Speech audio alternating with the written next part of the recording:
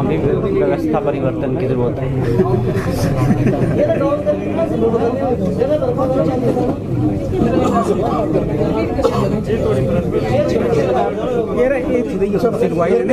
थोड़ा सा आपसे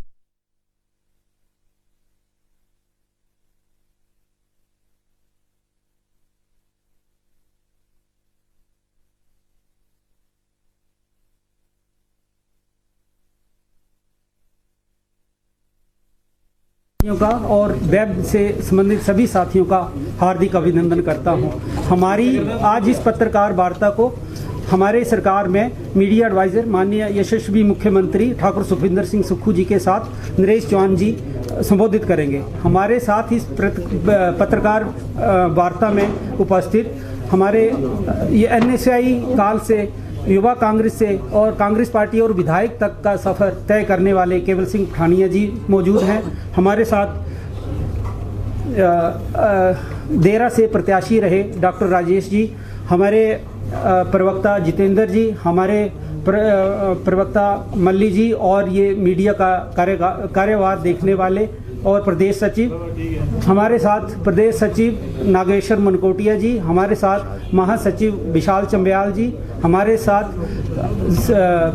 प्रदेश प्रवक्ता संजीव गांधी जी, हमारे साथ प्रदेश सचिव राजेश राजा जी, हमारे साथ प्रदेश सचिव वीरेंद्र कटोच जी तथा अन्य सभी साथियों का मैं हार्दिक अभिनंदन करता हूं।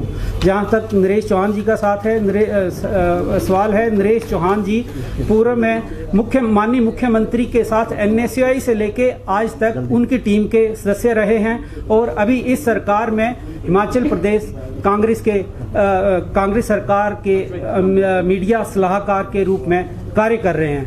तो आज की ये पत्रकार वार्ता माननीय नरेश चौहान जी संबोधित करते हैं। धन्यवाद। नमस्कार, मैं आप सभी साथियों को इस प्रेस वार्ता में आपका अभिनंदन करता हूं। मेरे साथ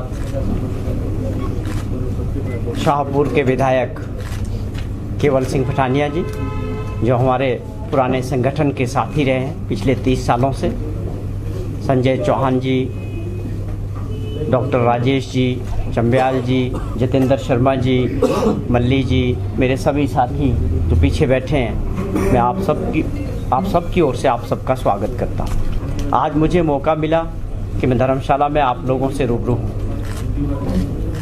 हिमाचल प्रदेश में एक बहुत बड़ा बदलाव हुआ। असेंबली इलेक्शंस में प्रदेश की जनता ने भाजपा की जो सरकार थी उसको बाहर का रास्ता दिखाया और कांग्रेस पार्टी की सरकार को हिमाचल प्रदेश में माननीय मुख्यमंत्री ठाकुर सुखविंदर सिंह सुक्खू जी की अध्यक्षता में मौका मिला।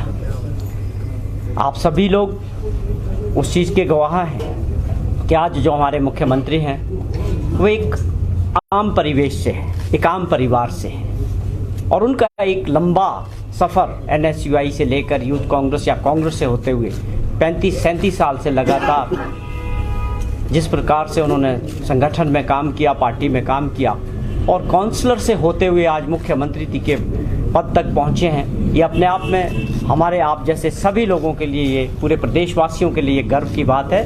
ये एक आम परिवार से आप एक नेता जो है प्रदेश का मुख्यमंत्री बना है, ये हमारे लिए सबके लिए गर्व की बात है। अभी हमारा सफ़र केवल 21 दिन का हुआ है सरकार का और मुझे लगता है कि अभी बहुत जल्दी कैबिनेट का गठन भी होना तय है और बहुत सारी बातें हैं। सेशन है आपके धर्मशाला में 3 दिन का,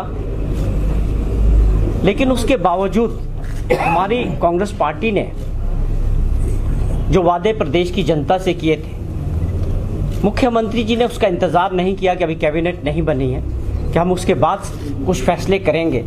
आप देखिए कि उनके फैसले लगातार जारी हैं, जिसमें ने कुछ ऐसे ऐतिहासिक फैसले किए जिसकी हम कल्पना नहीं कर सकते थे। जो हमारा एक विज़न था या उनका भी एक सोच था कि हम एक ट्रांसपेरेंसी की ओर जाएंगे, एक स्वच्छ प्रशासन को हिमाचल प्रदेश में स्थापित करेंगे और वो बार बार एक चीज़ को कहते हैं। पूरे चुनाव के दौरान आप लोगों ने भी ये सुना होगा, पूरे चुनाव के दौरान कहते हैं हम सत्ता परिवर्तन के लिए नहीं आ रहे, हम एक व्यवस्था का परिवर्तन की बात करते हैं। पहले हमारे भी कुछ दिनों ये बात समझ में नहीं आ रही थी कि किस व्यवस्था की बात हो रही है, कैसी बात है, ये क्यों हो रही है। लेकिन जब उन्होंने काम काज संभाला और जो फैसले लेने शुरू किए उससे साफ दिखता है कि उनके दिमाग में एक विज़न है प्रदेश के लिए और प्रदेश के हर वर्ग के लिए, और वो व्यवस्था परिवर्तन के फैसले शुरू हो चुके हैं। मैं आपको कुछ चीज़ें बताऊंगा, आप लोगों के सामने है कि एक बहुत बड़ी बात थी कि लगातार पिछली सरकार में किस प्रकार पेपर माफिया हिमाचल प्रदेश में पनपा और किस तरह से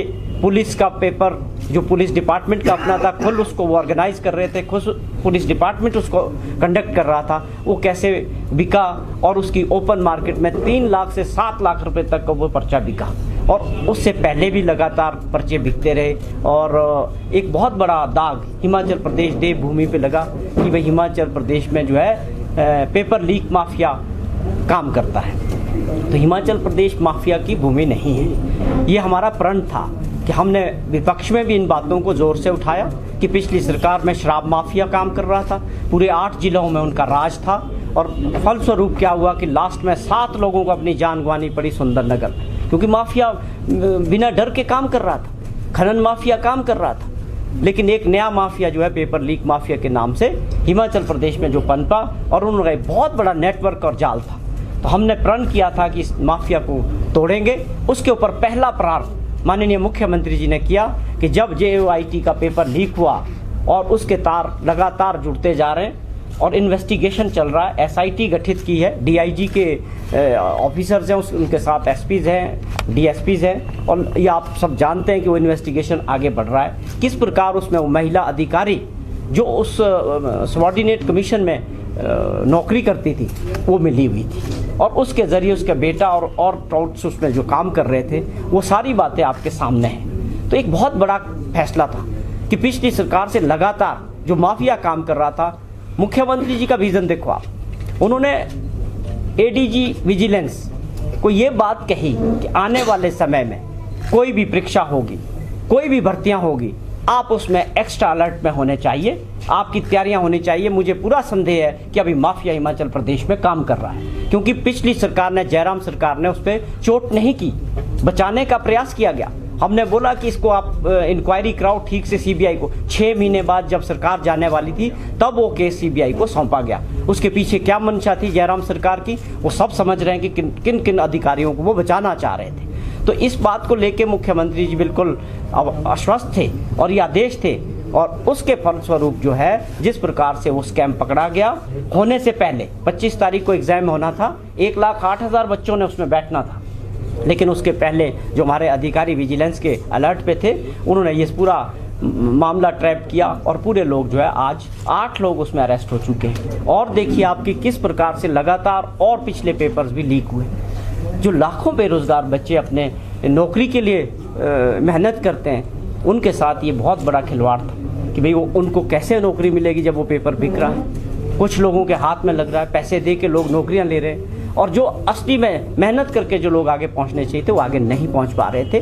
तो ये प्रण था हमारे मुख्यमंत्री जी का और सरकार का कि हम इस माफिया को तोड़ेंगे। इसके स्वरूप उन्होंने जिस प्रकार से सस्पेंशन में डाल दिया सबऑर्डिनेट कमीशन को कि वहाँ पर कोई कार्य नहीं होगा जब तक पूरी कार्रवाई नहीं होगी, अगले फैसले सरकार लेगी। तो ये एक बहुत बड़ा फैसला था किसी भी मुख्यमंत्री का और सरकार का कि 15 दिन में इतना बड़ा फैसला करना। रादर कोई भी होता तो एक बोला हमने SIT घोषित कर दी है और इंक्वायरी चल रही है, लेकिन उन्होंने दिखाया कि हमारी प्रतिबद्धता है कि हम अगर ट्रांसपेरेंसी की बात करते हैं, अगर हम भ्रष्टाचार फ्री हिमाचल की बात करते हैं, तो ये ठाकुर सुखविंदर सिंह सुक्खू जी ने इस बात को दर्शाया है। और उन्होंने जो बड़े फैसले किए, मैं 21 दिन की अगर थोड़ी सी कारगुजारी आपको बताऊं तो उसमें उन्होंने एक अपना सोच को बताया कि एक ऐसा वर्ग, पहले ही दिन मुख्यमंत्री कहते हैं कि मैं बाल आश्रम जाना चाहता हूं, या जहां हमारी विडोज़ रहती हैं, या जहां हमारे ओल्ड एज होम्स हैं, ऐसे लोगों के लिए उनका जो मैंने सोच देखी और स्नेह देखा, लगातार मैं भी साथ रहा है इन दिनों, तो एक साफ तौर पे विज़न था कि ऐसे लोगों के लिए काम करने की आवश्यकता है। उन्होंने मशोबरा का दौरा किया, टूटीकंडी का दौरा किया, जहाँ पर हमारे डेफ एंड डम के बच्चे रहते थे, हर जगह जा रहे हैं कि उनके रहने का प्रबंध कैसा होना चाहिए, उनके खाने पीने के लिए प्रबंध कैसा होना चाहिए। बड़ी साफ सोच है कि ऐसे वर्ग के लोगों के साथ हमारे को, सरकार को, समाज को खड़ा होना है। और इसके लिए कल भी उन्होंने एक बहुत बड़ी घोषणा की कि जो ऐसे बच्चे हैं जिनके पास माँ बाप नहीं है, या ऐसी महिला है जिनके पास कोई आश्रित रहने वाला नहीं है, इसके लिए 101 करोड़ रुपए का जो है फंड तैयार किया गया है। सरकार ऐसे बच्चों को पढ़ाने के लिए, वो किसी भी स्तर पे अगर शिक्षा प्राप्त करना चाहेंगे, सरकार उनकी मदद करेगी। और उसमें कोई बड़ा लंबा चौड़ा सिस्टम नहीं होगा कि आपको बहुत फॉर्मेलिटीज़ करनी पड़ेगी, बड़ा सरल बनाएंगे जिससे उन बच्चों की हम सहायता कर सकें। और इसमें एक बात और उन्होंने कही कि जो हमारे MLAs हैं सारे, वो 1 महीने की सैलरी इसमें कंट्रीब्यूट करेंगे। इसके अलावा NGOs को जोड़ा जाएगा, इस फंड को बढ़ाया जाएगा और बड़े सीधे तौर पे जो ऐसी महिलाएं और ऐसे बच्चे हैं उनको जो है पूरी तरह से सरकार मदद करेगी। उनके रहने सहने में जो भी दिक्कत है, उनकी पढ़ाई को लेके, वो किसी भी स्तर पे पढ़ाई करना चाहे, ये सरकार की प्राथमिकता रहेगी। ये ऐसे कुछ फैसले माननीय मुख्यमंत्री जी ने दर्शाया कि लोग, समाज में ऐसे लोग हैं जिनको वास्तविकता में मदद की ज़रूरत है, जिनकी ओर ध्यान देने की ज़रूरत है। बहुत सारे लोग हैं जिनके संपर्क है, कहीं ना कहीं से अपना काम निकाल देते हैं। इसके अलावा और भी बहुत बड़े फैसले हुए माननीय मुख्यमंत्री जी ने कि पोल्यूशन फ्री हिमाचल प्रदेश होना चाहिए और खर्चों को बचाने की दृष्टि में हमको क्या करना है, किस प्रकार से जो प्रदेश लगातार 75,000 करोड़ रुपए के कर्जे में है, उससे उबारने के लिए हमको कौन से कदम उठाने चाहिए, इस प्रदेश को कर्जों से मुक्त करने के लिए आगे कैसे बढ़ाया जाए। तो उन्होंने पहला फैसला ये लिया कि अब सरकारी स्तर पे जो आने वाली गाड़ियां हम खरीदेंगे वो जो है इलेक्ट्रिक गाड़ियां होंगी। एक बहुत बड़ा फैसला उन्होंने लिया कि अब अगले 5 सालों में सरकारी सिस्टम में जितनी भी कारें हैं और जो बसेज हम आगे खरीदेंगे, उसके लिए जो हम इलेक्ट्रिकल जो व्हीकल्स है उसकी तरफ जाएंगे। और उन्होंने आदेश दिए सभी इलेक्ट्रिक मिनिस्टर्स को कि जितने भी सरकारी क्षेत्र में पार्किंग है, ऐसे प्लेसेस है, वहाँ मैक्सिमम जगह में बड़े कम टाइम में जो है चार्जिंग स्टेशन होने चाहिए। जो सबसे बड़ी समस्या क्या है कि हम इलेक्ट्रिक व्हीकल्स खरीदेंगे पर चार्जिंग स्टेशन का होना बहुत ज़रूरी है कि उसकी बैटरी की लाइफ कितनी है, वो बैटरी कितनी चलेगी, अगली चार्जिंग कहाँ मिलेगी। तो एक नेटवर्क बनाने की और इंफ्रास्ट्रक्चर क्रिएट करने पे माननीय के मुख्यमंत्री जी ने पूरा फोकस दिया। सोच क्या है, हिमाचल पैसा भी बचेगा डीजल पेट्रोल से और जो पोल्यूशन हो रहा है उससे भी हम बचेंगे। तो ये दर्शाता है कि वो क्या सोचते हैं।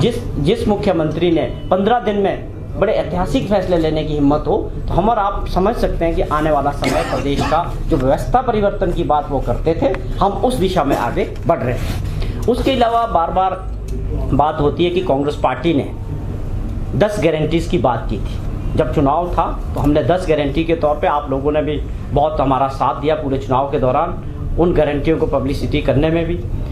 तो लोगों का एक विश्वास था कि ये 10 गारंटियाँ क्या है। उसमें OPS एक बहुत बड़ा मुद्दा था कि OPS को लेके कांग्रेस पार्टी का स्टैंड था कि जैसे ही सरकार बनेगी, हम हिमाचल प्रदेश में जो NPS के अंदर जो भी हमारे कर्मचारी भाई आते हैं 2003 के बाद जिनको पेंशन नहीं मिल रही है, उनकी एक बहुत बड़ी डिमांड थी और लगातार 2 साल से सड़कों पे धरना प्रदर्शन कर रहे थे। लेकिन जयराम की सरकार ने उनको नहीं पूछा और वो उसका खमियाजा भी शायद भुगते हैं। तो हमने इस बात को माना, उनके साथ बात की है। माननीय मुख्यमंत्री जी ने पिछले हफ्ते उनके रिप्रेजेंटेटिव आए और सेक्रेटरीट के अंदर जो है 30-35 लोग, उनके सभी लोग आए थे।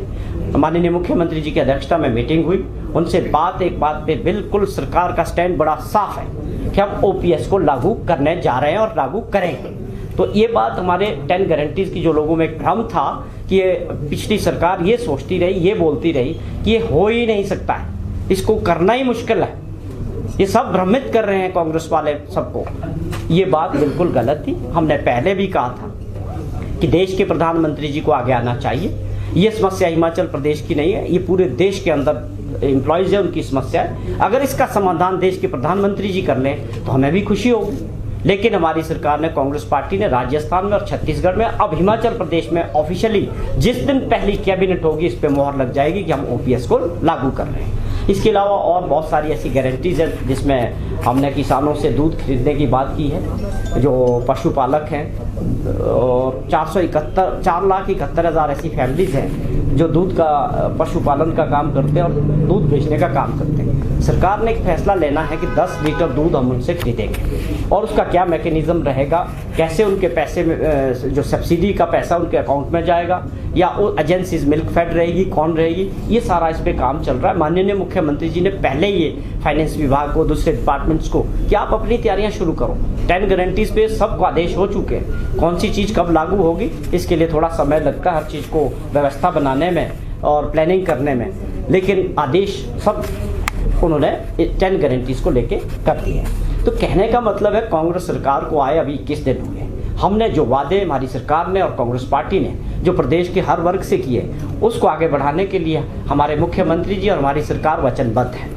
इसको हम जो है जिस प्रकार से भी जैसे भी आगे बढ़ेंगे, जो भी हमने प्रोमिस किए उसको हम पूरा करेंगे। इसके अलावा उन्होंने कहा कि भाई जैसे फेस्टिवल्स आते हैं, मैंने विशेष लगाव उनका देखा कि जो लोग डिसेबल्ड है या ओल्ड एज है या विडोज है या बाल आश्रम में रहने वाले बच्चे हैं, उसके लिए मुख्यमंत्री जी ने पहले ही दिन न्यू ईयर में घोषणा की कि 500 रुपया फेस्टिवल के दिन हम सबको देंगे। जब भी कोई त्यौहार होगा उनको जो है 500 रुपया सबको ऐसे लोगों को दिया जाएगा। और उनके रहने सहने का मैंने जैसे पहले जिक्र किया कि उस व्यवस्था को बहुत अच्छे ढंग से हम इसको सुचारू रूप से आदेश किया कि इसको एक 5 स्टार लेवल तक ले जाएंगे, जहां वो लोग रहे और उनको आगे जीवन उनका अच्छा हो जाए। ये कुछ चीज़ें थी हमारी सरकार की जो मैंने आपको बताई। इसके अलावा आगे सरकार अभी आपके बीच रहेगी 3 दिन तक धर्मशाला में, असेंबली में।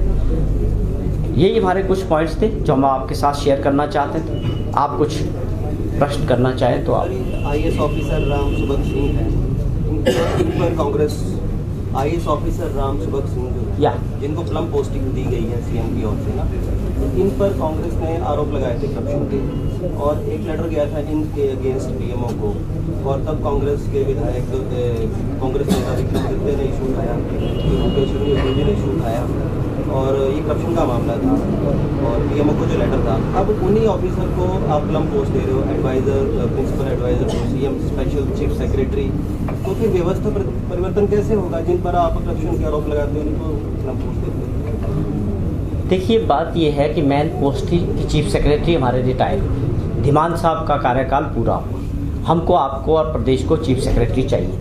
हमारे पास चीफ सेक्रेटरी बनाने का एक तरीका है जो लिमिटेड ऑप्शन होती है, जो लोग सीनियरिटी में 2-3 लोग होते हैं, आप उन्हीं में से चीफ सेक्रेटरी बना सकते हैं। मुझे लगता है कि बहुत अच्छा प्रबंध किया है कि उनका 6 महीने का कार्यकाल रहा है।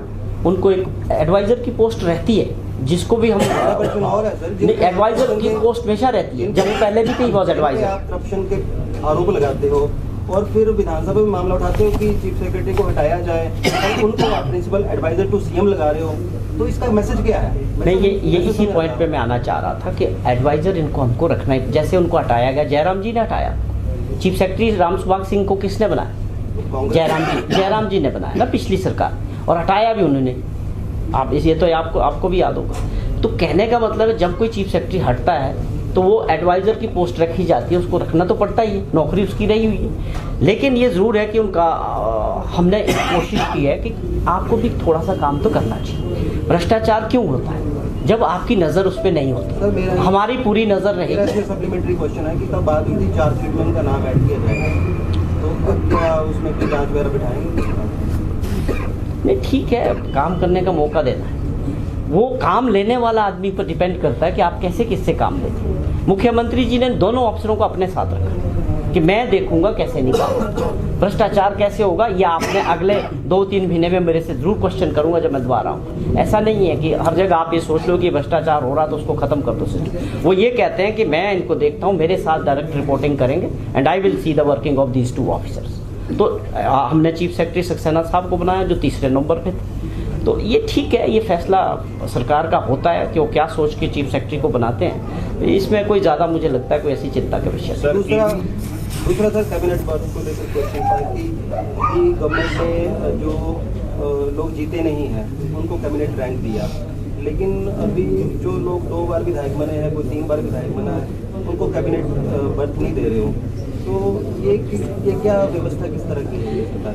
ये व्यवस्था बड़ी साफ है। पिछली सरकार आप देखें, मैं तो शिमला रहता हूँ और सेक्रेटरीट के सरकार के बड़ा करीब रहता हूँ, तो जहाँ भी हम देखते थे कि उस व्यवस्था बड़ी साफ थी। हमने बहुत बार प्रेस कॉन्फ्रेंसेस में भी इस बात का जिक्र किया कि भाई साहब जयराम जी चलाते हैं, मुझे तो लगता है कि पूरे आरएसएस चला रहा था उस सरकार। हर चिट बन के आती थी, या बड़ी जो बाकी चीज़ें बची थी वो दिल्ली से आदेश नड्डा जी करते थे। ये ठीक है, हमारी सरकार बनी है कांग्रेस पार्टी की, जो विधायक बनता है वो भी कांग्रेस पार्टी का, वो भी एक कार्यकर्ता है। हमने इनको टिकट दिया, ये विधायक बना दिया जनता ने। हो सकता है इनके क्षेत्र में दूसरा साथी हो, इनसे भी और अच्छा काम करता हो। तो संगठन को, पार्टी को आगे बढ़ाना, ये हमारा चीफ मिनिस्टर का उद्देश्य है। वो खुद एक कार्यकर्ता है, अगर उन्होंने ये करके एक मैसेज दिया है कि एमएलओ को काम अपना करना है, लोगों के बीच जाना है, चुने हुए लोग हैं, लेकिन हमको जिन लोगों ने हमको बनाया है, जो पार्टी के लोग हैं, जिनको हम एमएलए में एडजस्ट नहीं कर पाते, उनका भी अधिकार है। ये एक अपने आप में बहुत बड़ा फैसला था कि कार्यकर्ताओं को सम्मान देना ये कोई आम आदमी नहीं कर सकता था। ये आपने बहुत सही बात की कि ये भी व्यवस्था परिवर्तन है। सर, ईवी बसेस और ईवी गाड़ियाँ खरीदने की बात हो रही है और साथ ही बात हो रही है कर्ज मुक्त हिमाचल की। सर, हम जानना चाहेंगे यहाँ पर कि जो पहले खरीदी हुई बसें हैं उनका क्या होगा? आपके कार्यकाल में पहले से जेएनएम की बसेस जो है वो अभी बुरी हालत में भी पड़ी हुई हैं। सर, पुरानी बसेस का क्या होगा?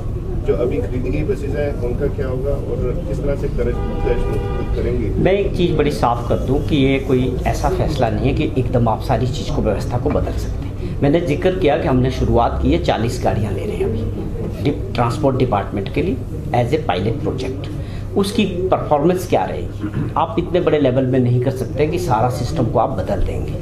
ये फेस्ड बैनर में 5 साल का टारगेट हमने फिक्स किया है कि मैक्सिमम गवर्नमेंट व्हीकल्स को कन्वर्ट करेंगे।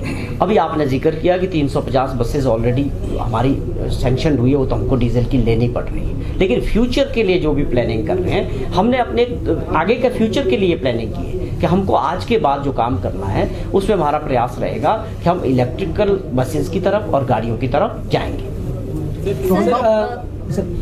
अभी बिल्कुल हालिया बयान है, बिल्कुल ताज़ा बयान है नेता प्रतिपक्ष जयराम ठाकुर का। वो कह रहे हैं कि कांग्रेस के जो नवनिर्वाचित विधायक हैं उनमें असंतोष है, कैबिनेट गठन के बाद ये और ज़्यादा बढ़ जाएगा और जो भी डिनोटिफिकेशंस हुई हैं उससे जो है जो विधायक अपने इलाके में जा रहा है तो उनको विरोध का सामना करना पड़ रहा है। क्या कहेंगे इस पर? ये सारी राजनीतिक स्टेटमेंट होती है। जयराम जी को अपने लोगों की चिंता करने की ज़रूरत है। हमारे पास सिस्टम भी है, सब कुछ है। मुझे नहीं लगता कि कोई हमारा विधायक अभी तक उनसे मिला भी होगा। ये सारी आप भी समझते हैं, सब समझते हैं, एक राजनीतिक स्टेटमेंट्स होती हैं कि जनता के बीच फेंक दो और लोग सोचते रहें। लेकिन हिमाचल प्रदेश के जो लोग हैं या मतदाता हैं बहुत जागरूक है पूरे देश के अंदर। मैं बार बार इस बात का जिक्र करता हूँ, तो अभी इन बातों के लिए कोई स्थान नहीं है। जयराम जी के बारे में बात करेंगे तो ये जो प्रेस वार्ता 1 घंटे और चलेगी। जिस प्रकार से उन्होंने 3000 करोड़ रुपए का बोझ आप पर, हम सब पे, प्रदेशवासियों पे डाला, 4.5 साल कोई काम नहीं किया। फेलियर गवर्नमेंट को और फेलियर चीफ मिनिस्टर, उसका रिजल्ट हिमाचल प्रदेश की जनता ने बाई इलेक्शन में बताया, 0 करके 4 सीटें गई। और फिर अगले 6 महीने में 900 इंस्टीट्यूशंस खोल देते, जिसके लिए 1 रुपये का प्रावधान नहीं, इंफ्रास्ट्रक्चर नहीं है, स्टाफ नहीं है। तो ऐसे मुख्यमंत्री हमने पहली बार देखे जो 6 महीने में घोषणा करते और 4.5 साल कुछ नहीं करते। और वो उसका परिणाम स्वरूप क्या हुआ? आपने सारे संस्थान खोले, पैसे का प्रबंध नहीं, जो एग्जिस्टिंग थे वहाँ से भी लोग हटा दिए, उसका भी काम रुक गया। तो ऐसा विकास का मॉडल तो जयराम जी ही दे सकते थे, लेकिन हमने इसका बड़ा फैसला लिया, बड़ा दिल दिखाया कि प्रदेश को बचाना है। संस्थान ऐसे नहीं खुलते। इस वक्त संस्थान बहुत है हिमाचल प्रदेश में, उनको सुदृढ़ करने की ज़रूरत है, उनकी क्वालिटी को बढ़ाने की ज़रूरत है। आप वोट की राजनीति के लिए 3 महीने में घोषणाएं करते हैं, तो उसका परिणाम देख लिया हिमाचल प्रदेश की जनता ने क्या दिया। जो डिनोटिफिकेशंस हुई हैं, कहीं लगता नहीं कि कहीं शायद हो सकता है उनकी जरूरत हो, तो भविष्य में देखेगी क्या पार्टी? बिल्कुल, बहुत अच्छा सवाल आपने किया। माननीय मुख्यमंत्री जी ने बहुत बार इस बात को साफ किया। हमने इसको रिव्यू करेंगे, जहां मेरिट पे ज़रूरत होगी पैसे का प्रावधान करेंगे, फाइनेंस का अरेंजमेंट करेंगे और ज़रूर खोलेंगे जहां प्रदेश के विकास के लिए ज़रूरी होगा। केवल वोट पॉलिटिक्स के लिए ऐसे संस्थान नहीं खुलेंगे। 70,000 करोड़ रुपए से ऊपर का कर्जा आप और मुझ पर, हम पे है। हम उसको ऐसे वोट के लिए नहीं बढ़ा सकते। प्लानिंग करेंगे, जहां ज़रूरत होगी उसको रिव्यू किया जाए। जॉन साहब, भाजपा के वरिष्ठ नेताओं के साथ साथ पूर्व मुख्यमंत्री जयराम ठाकुर का भी आरोप है कि कांग्रेस जो है अभी तक एक चुनाव चला है, मंत्रिमंडल का गठन नहीं कर पाई है, तो अपनी जो 10 गारंटियाँ हैं उनको क्या लोगों को चाहिए? नहीं, आप जयराम जी और क्या बोलेंगे? और पूछो जरा, उनसे कुछ बोल सकते हैं? हमें आपको बताया कि कैबिनेट के ना होने से कोई काम रुका। बड़े बड़े फैसले, 10 फैसले हो चुके हैं, बहुत बड़े फैसले जो प्रदेश के लिए मायने रखते हैं। आप भ्रष्टाचार पे चोट की बात करें, ट्रांसपेरेंसी की बात करें, ऐसे वर्ग के लिए काम करने की बात करें, मैंने जिक्र किया इलेक्ट्रिक बसेस की, गाड़ियों की बात करें, और बहुत लिस्ट है मेरे पास कि कितने फैसले किए। जयराम जी को चिंता करने की जरूरत नहीं है, पर सुर्खियों में बने रहने के लिए वो कांग्रेस के लिए नहीं बोलेंगे तो क्या बोलेंगे? तो ये उनकी मजबूरी है। मैंने उनको कहा कि जब जयराम जी मुख्यमंत्री बने उनका नाम था उस वक्त एक्सीडेंटल चीफ मिनिस्टर, क्योंकि बनना था धूमल साहब को, धूमल साहब चुनाव हार गए। तो मैंने प्रेस कॉन्फ्रेंस की तो लोगों ने पूछा, मैं कहा मैं 6 महीने कांग्रेस पार्टी देगी जयराम जी कि आप अपना काम तो शुरू करो, तब हम आपसे सवाल करेंगे कि कहाँ आप सही है और आप क्या विजन लेके आए। ये 6 दिन का सब्र नहीं रख पा रहे। अभी मुझे लगता है वो ये सोचते कि हम सत्ता में हैं। अब सत्ता बदल चुकी है, प्रदेश की जनता ने जयराम जी को विपक्ष में रहने का आदेश दिया। एक सवाल है मेरा, आपने आपकी सरकार जैसी ही बनी कई संस्थानों को इससे भी नोटिफाई कर दिया गया कि बजट का प्रावधान नहीं था, लेकिन 1500 रुपया हर महिला को और ओपीएस पर तकरीबन 57 अरब खर्च आएगा। इसके लिए बजट का प्रावधान आपने क्या चुनाव से पूर्व कर लिया था या अब आप उस प्रावधान को करेंगे? बहुत अच्छा सवाल किया। हमारे जो एक्सपर्ट्स होते हैं पार्टी लेवल पे और मुख्यमंत्री कमेटी थी, जो भी हमने मैनिफेस्टो बनाया या 10 गारंटीज, उस पर वर्क हुआ उस लेवल पे। अब आप सरकार में, आप लोगों ने आदेश दिया कि आप सरकार में, अब ये हमारी जिम्मेवारी, यही है मैनेजमेंट। जैसे जयराम जी ने बिना मैनेजमेंट किए हमारे रात के ऊपर 3000 करोड़ का कर्जा डाल दिया था, करना तो वो भी पड़ना था, उनको पता था हम आने वाले नहीं है, अगली सरकार जाने जैसे मर्जी करे। ये पैसों का मैनेजमेंट करना सरकार का काम है और बेखूबी करेंगे और 1500 रुपया भी देंगे। सोर्स क्या रहेगा बताएंगे? बाकी आपको मैं एक चीज़ बताना चाहता हूँ कि कल हमारी एक आप ठाणे आप बताओ। सबसे पहले तो नववर्ष की शुभकामनाएं देता हूँ। एक भाई बार बार जयराम जी का प्रश्न पूछ रहे, भैया मेरे जयराम जी पहले अपनी कमेटी गठित करें, हमारे को क्यों पूछ रहे, नए नए दुल्हा आए, नई नई सरकार बनी है कि वो हारे क्यों? ये जब भी पत्रकार से मिले कि वो हारे क्यों, अगर उन्होंने इतनी घोषणाएं की थी, इतनी नोटिफिकेशन की थी, इतनी बड़ी डिबेकल कैसे हुई? तो उसके ऊपर मैं माननीय पूर्व मुख्यमंत्री से ये बोलना चाहता हूँ, बजाय कांग्रेस की टिप्पणी करने पे पहले आत्मचिंतन करें। डबल इंजन की सरकार थी, बार बार कहते थे, दिल्ली के अंदर उनकी सरकार, हिमाचल प्रदेश में उनकी सरकार, डबल इंजन की सरकार में कहा उनका इंजन जो हाँफ गया। 3000 करोड़ रुपए की आज कर्ज की बात है, तो पहले तो प्रश्न वो पूछना चाहिए। कल माननीय मुख्यमंत्री महोदय जो है पहली बार, क्योंकि विधानसभा का सत्र है, नए विधायकों ने शपथ भी लेनी है।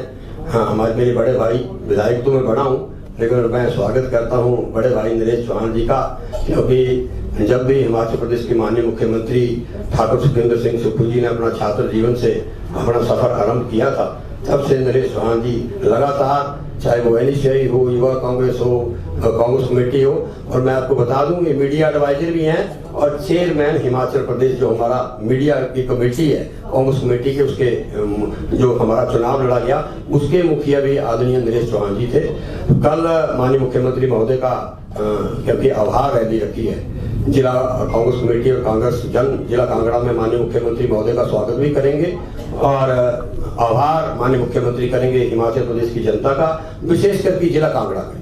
जिला कांगड़ा की जनता ने जो है, मैं कहता हूँ प्रचंड बहुमत जो है हिमाचल प्रदेश में कांग्रेस पार्टी को दिया है, उसकी आभार रैली है। और नया सफर मैं कहता हूँ माननीय मुख्यमंत्री महोदय का, आदरणीय चौहान साहब ने कहा काउंसलर से पहले क्लास रिप्रेजेंटेटिव से लेकर मुख्यमंत्री का सफर, ये मैं कहता हूँ बड़ा लंबा इतिहास है। कहाँ से माननीय मुख्यमंत्री महोदय ने छात्र जीवन से, और छात्र जीवन से पहला चुनाव CR का जीता, फिर गवर्नमेंट कॉलेज संजौली का जनरल सेक्रेटरी का जीता, फिर गवर्नमेंट कॉलेज संजौली का प्रेसिडेंट का जीता, उसके बाद वो 2 बार पार्षद छोटा शिमला से रहे, उसके बाद वो विधायक नदौन से रहे, और आज वो हिमाचल प्रदेश की जनता के विधायक हिमाचल प्रदेश के मैं कहता हूँ माननीय मुख्यमंत्री महोदय हैं। तो कल आभार रैली में माननीय मुख्यमंत्री महोदय उनका धन्यवाद भी करेंगे, और इसके साथ साथ आने वाले समय में किस तरीके से हिमाचल प्रदेश की दशा दिशा और क्या विजन रहेगा उसके बारे में भी माननीय मुख्यमंत्री महोदय ने मैं कहता हूँ जो ऐतिहासिक फैसले, आदरणीय पत्रकार बंधु कह रहे cabinet is constituted, when chief minister ने ओथ ले ली, डिप्टी CM आदरणीय मुकेश अग्निहोत्री जी, वो फैसले वो ले रहे हैं जो उनकी कैबिनेट फुल कैबिनेट नहीं ले सकी। माननीय मुख्यमंत्री महोदय का हम धन्यवाद करते हैं, और खासकर विशेषकर एक फैसला और बड़ा ऐतिहासिक है। एक फैसले तो चौहान साहब ने बताए, आदरणीय चड्ढा जी ने कहा, क्योंकि ब्यूरोक्रेट थे, ठीक कहा, इन्होंने राम सुहाग के ऊपर प्रश्न लगाए थे, लेकिन ये भी बड़ा विवेक का फैसला है। चीफ सेक्रेटरी भी अपॉइंट कर दिया, और साथ में जो अधिकारी थे उन अधिकारियों को छोटा मोटा काम भी दे दिया कि, और विशेषकर हिमाचल प्रदेश के इतिहास में पहली बार हुआ है कि कोई चीफ सेक्रेटरी को बाईपास करके ये व्यवस्था परिवर्तन है। हिमाचल प्रदेश में आज से पहले डॉक्टर वाई.एस. परमार से लेकर आज दिन तक कोई मुख्यमंत्री ऐसा नहीं रहा। ये व्यवस्था परिवर्तन की जो बात माननीय मुख्यमंत्री महोदय ने कही है, चीफ सेक्रेटरी भी लगा दिया हिमाचल प्रदेश का वर्दी चीफ सेक्रेटरी, साथ में दोनों जो वरिष्ठ अधिकारी थे उनको भी कहा कि आप मेरे को विशेषकर रिपोर्ट करेंगे। अगर पिछली सरकार ने गलत काम किसी आदमी ने किया है तो इसलिए उन्होंने डायरेक्ट अपने पास रिपोर्टिंग रखी है और उसका उन्होंने हिमाचल प्रदेश की जनता को एश्योरेंस दी है कि वो अच्छे तरीके से काम करेंगे। ये फैसला माननीय मुख्यमंत्री महोदय का है। और विशेषकर कल जो है आभार रैली के लिए आप लोगों को भी, सब लोगों को निमंत्रण है। नए विधायक जो है 4 तारीख को जो है शपथ लेंगे, उसके लिए भी आप लोग सब लोगों को, क्योंकि अब जो है शिमला की सरकार यहाँ आई है तो व्यवस्था परिवर्तन की बात जो है माननीय मुख्यमंत्री महोदय की है, उस पर 21 दिन के फैसलों के बारे में उन्होंने बताया है। आप सब लोगों का धन्यवाद। कोई प्रश्न हो तो आप पूछ सकते हैं। पठानिया जी, गोबर सूख के पाथियां हो गया, गोबर कब कर देगी सरकार? भैया अभी नई सरकार को 21 दिन हो गए सर, कब तक नहीं रहेगी सरकार को विधायकों को ओथ लेने दो, उसके बाद आप भी बिना विधायकों को गोबर का फैसला भी होगा। कहा था 10 पॉइंट प्रोग्राम, दूध तो लेने दो, दूध तो लेने दो, बड़ी जल्दी है। नहीं ले पा रहे हैं, मंत्रिमंडल का गठन नहीं हो रहा, क्या कांग्रेस को डर है कि कहीं ऑपरेशन लोटस आ जाएगा? भैया डर तो उनको है जो मुंगेरी लाल के हसीन सपने देखते थे। बहुत से लोगों ने लिखा भी मुंगेरी लाल के हसीन सपने थे। ये एक मजबूत सरकार है, मजबूत मुख्यमंत्री है जो फैसले लेने जानता है।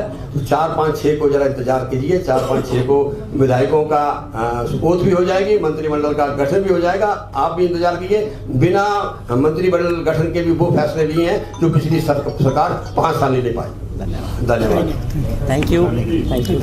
खाने के लिए हेलो आज धर्मशाला की और अलग सर 2 झंडे इस तरफ 2 झंडे उस तरफ, बीच में लिखा है जय श्री राम। जबकि लगातार इस सवाल के ऊपर सवाल उठ रहे हैं। हम तो आभार रैली के लिए पत्रकार सम्मेलन करने आए हैं। आप सब लोगों का बहुत बहुत धन्यवाद। भी आभार रैली करेंगे, कल शुरुआत अच्छी करने दो, कल सब कुछ सामने आएगा। 40 विधायक भी होंगे, किसी के अध्यक्ष भी होंगे, आदरणीय प्रभारी भी होंगे, सह प्रभारी भी होंगे और हाथ कांगड़ को आप सभी लंच के लिए आमंत्रित हैं। लंच के लिए आमंत्रित हैं। Thank you very much.